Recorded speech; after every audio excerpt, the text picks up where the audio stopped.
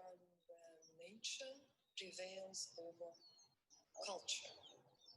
Abandoned garden requires a prefix post or alter. Garden not cultivated is an alien minding oneself, or oneself feels an alien in it.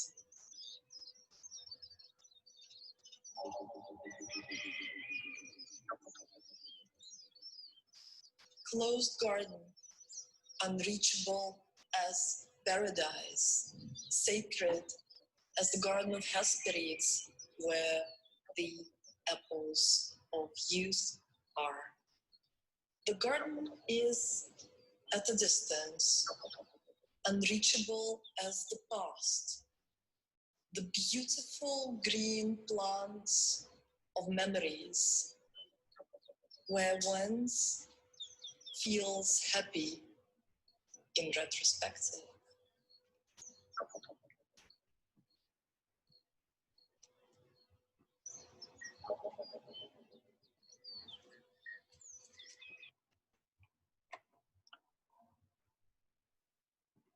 Hello, everyone.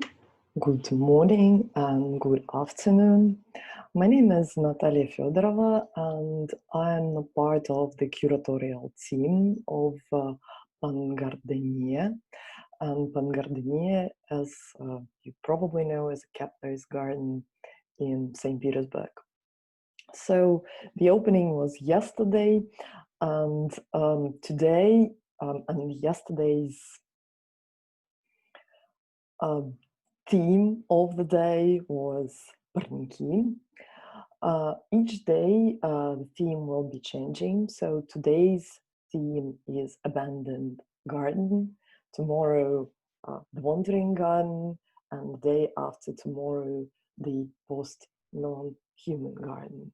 Those four are the paths of the garden of St. Petersburg, the representation of the city that we imagined.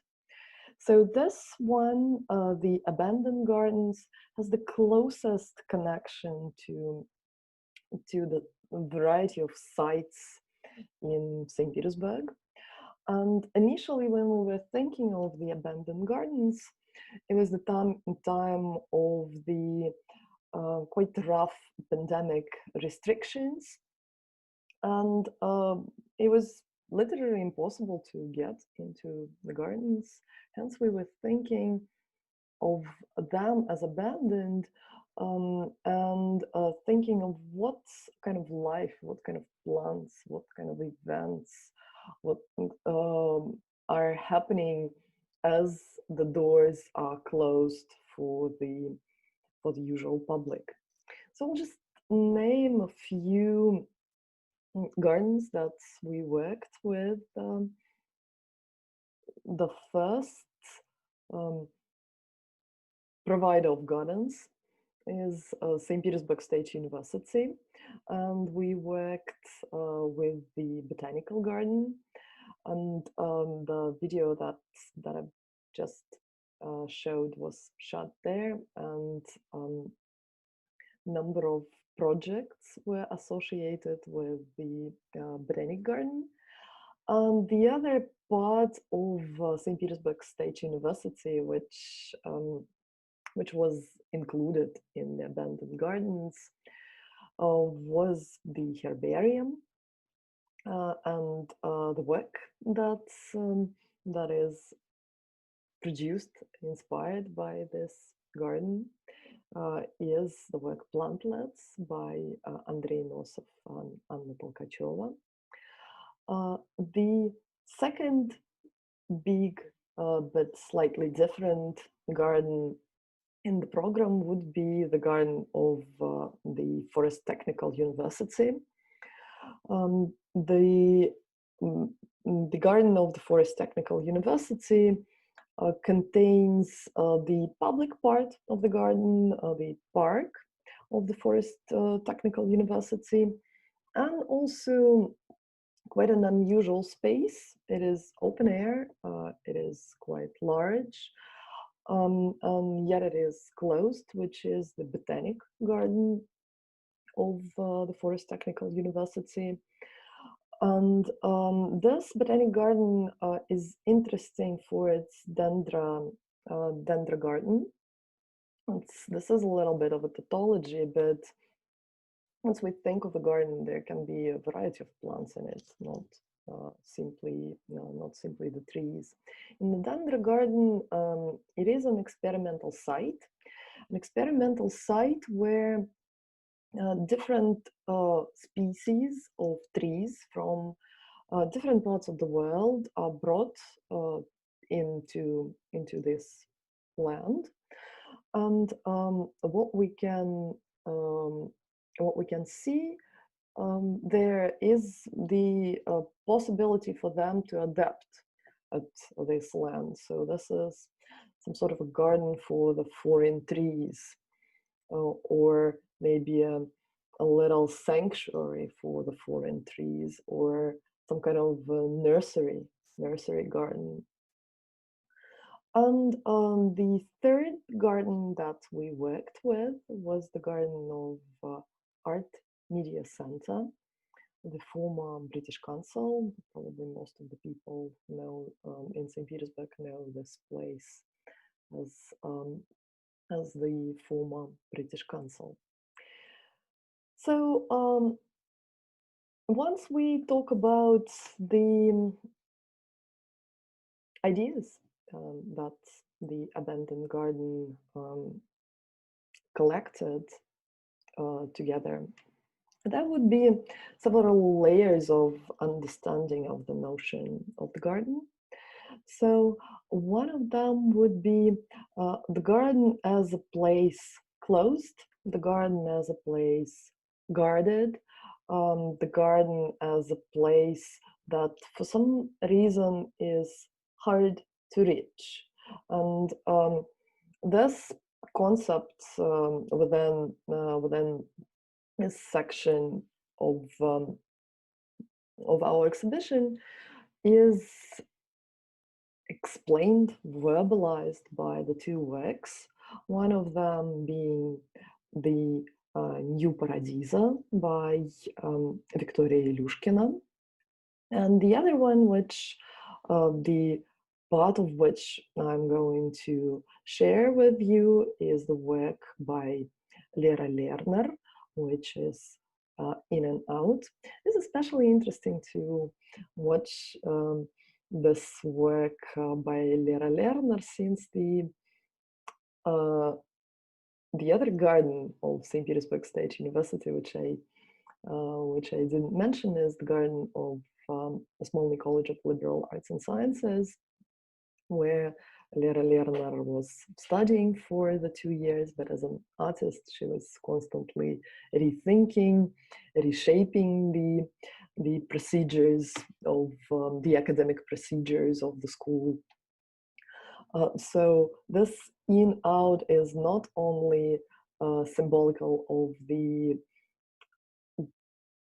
garden as an institution and garden as an educational institution, which allows for the personality to shape itself and also sort of alter the person's initial perspectives, but also, so not only pedagogy is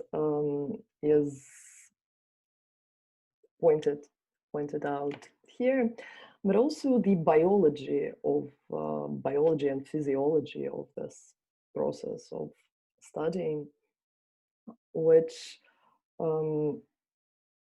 or rather mimicking of this biology of the process of studying as a growth. So Lera Lerner is behaving in a way as a plant that occupies the space that is given, and the plant that occupies the space by means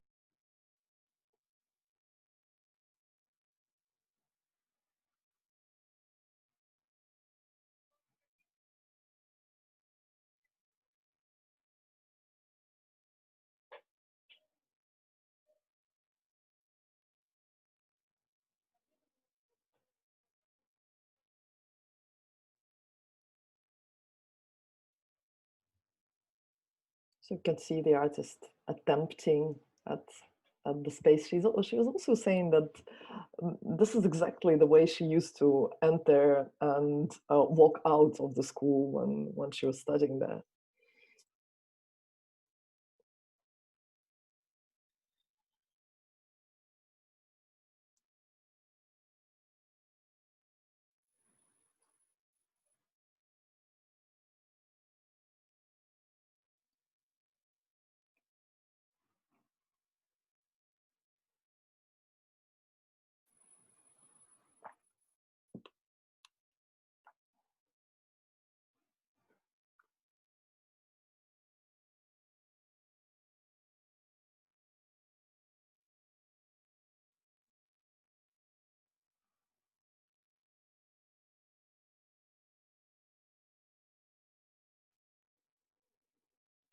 We can also see the garden as a place with special conditions where the plants receive special care and attention and protection. And we can probably say that within the program, there are two works that point out at this meaning of the garden. One of them being my own work, to be the wind for the tree. And here the special attention is given to the special attention is given to the so one of the gardens that point attention to the notion of care would be this work here that I'm sharing on the screen, the work Garden 4470. And this is the work of the Gardenial empathy, the work of Gardenian care. We know that the trees, once they are in the forest, they communicate. They communicate by means of the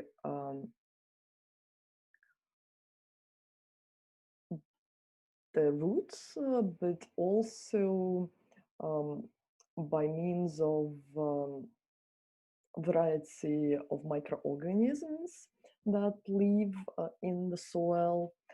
And this shape, this form of communication is supporting the plants, is supporting the plants that are missing the nutritional products, so they can send some some of those over over the network of the microorganisms. And also the other means of communication would be sending out the signals of danger and and preventing some kind of attacks of insects or other threats that the trees might experience. So the trees in the garden, they miss these connections because they haven't been developed and grown through these connections, but were placed in the garden, not because that was the best place for them to grow, but because of the external will. So the artists create a network that plays the sounds of these other trees for the trees in the garden. In this way, recreating the connectivity which is missing.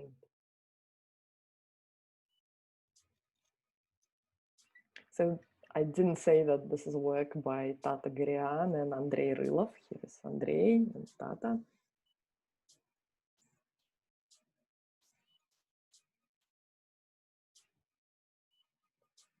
So these little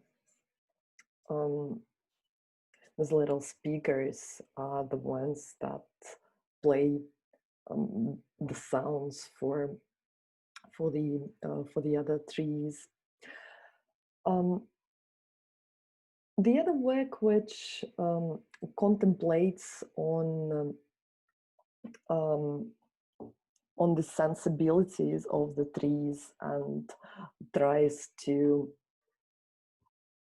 adopt these sensibilities to the human understanding is my own work, To Be the Wind for the Tree, which is based on the Tree Talker Plus sensor developed in a smart urban lab in Moscow.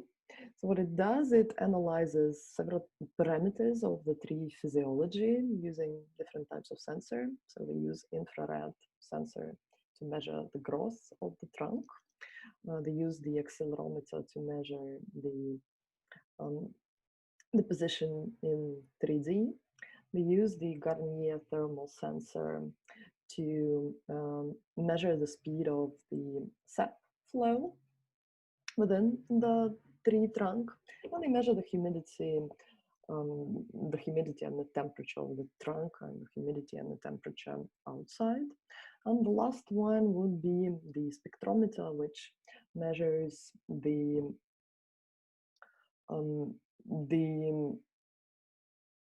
condition of the crown and allows to make judgment on the condition of the crown.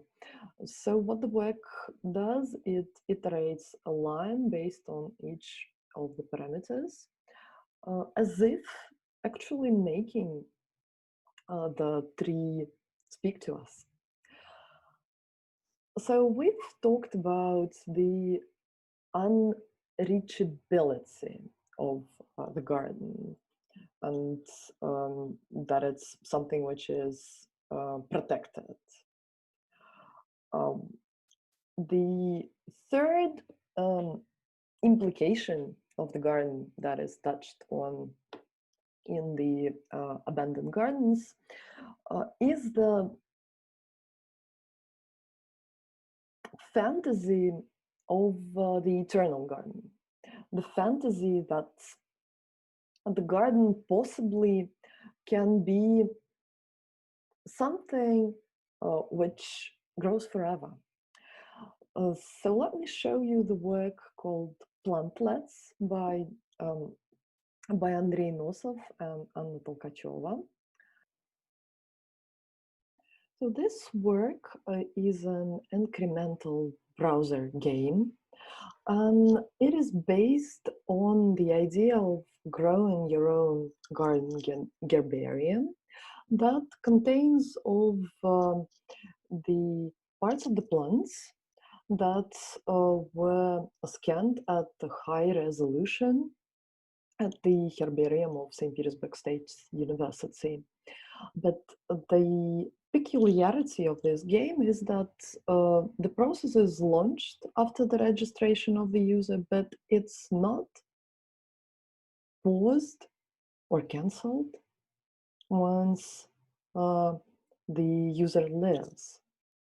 So this is an endless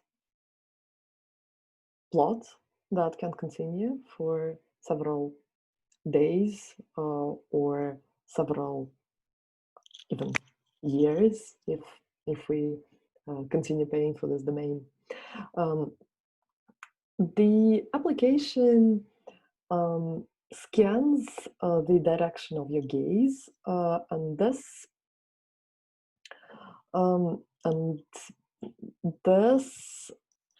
speeds up the growth of the plants. So the mechanics of the game is built around the manipulation of attention and curiosity, which is the end goal, the monetizing of those, of manipulation and curiosity, is the end goal of gaming, number of gaming interfaces that try to induce the user into buying things within the games. So this is the endless media object, which doesn't seem to bring any profit to the artists. So this plants images for concentration and looking into, and they are concrete and detailized, and they are sort of taken out of the stream of the time, while still representing the objects that are extremely ephemeral. And so let me show you the fragment of the work.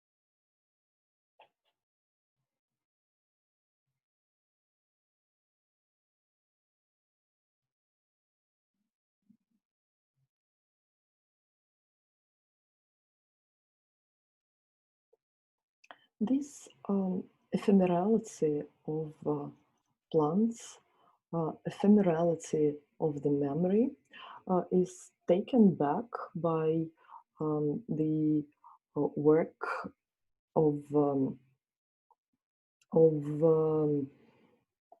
another artist, Evgeny